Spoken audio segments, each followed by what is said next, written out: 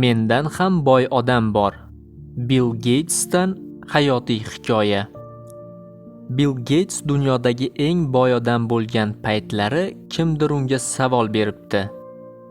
Dunyoda sizdan ham boyroq inson bormi? Ha, deb javob beradi Bill Gates. Mendan ham boyroq bir inson bor. U paytlar men hali mashhur yoki boy emas edim. Bir kuni New York aeroportida gazeta sotayotgan kishini ko'rdim. Undan gazeta sotib olmoqchi bo'lib, hamyonimni ochsam, mayda pulim yo'q ekan. Keyin gazetani sotuvchiga qaytarib berdim. Unga qarab, mayda pulim qolmabdi. Gazetangizni sotib ololmayman, dedim. Shunda sotuvchi, mayli, sizga tekinga beraman, dedi.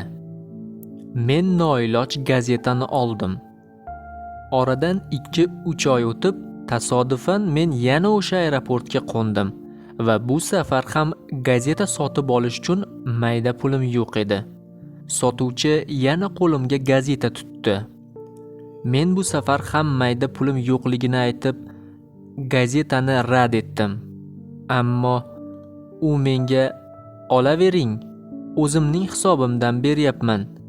Bu bilan men zarar ko'rmayman, dedi. Men gazetani oldim. Oradan 19 yil o'tib, men mashhur bo'lib ketdim.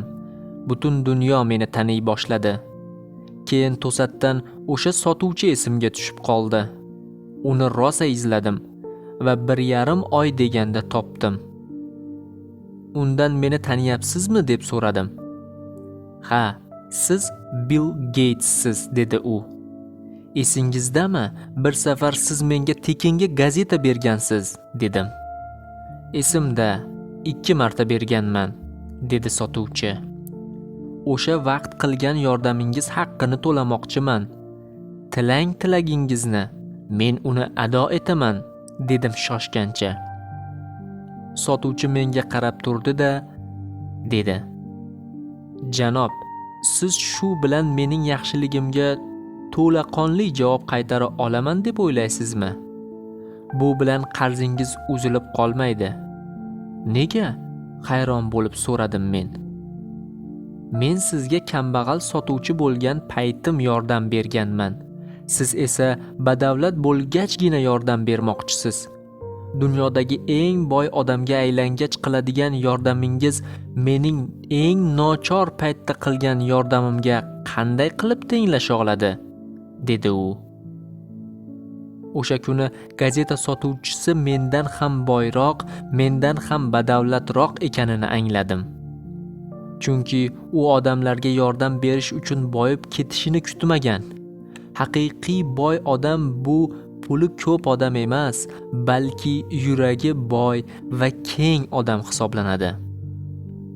Odamlar shuni tushunishi kerak.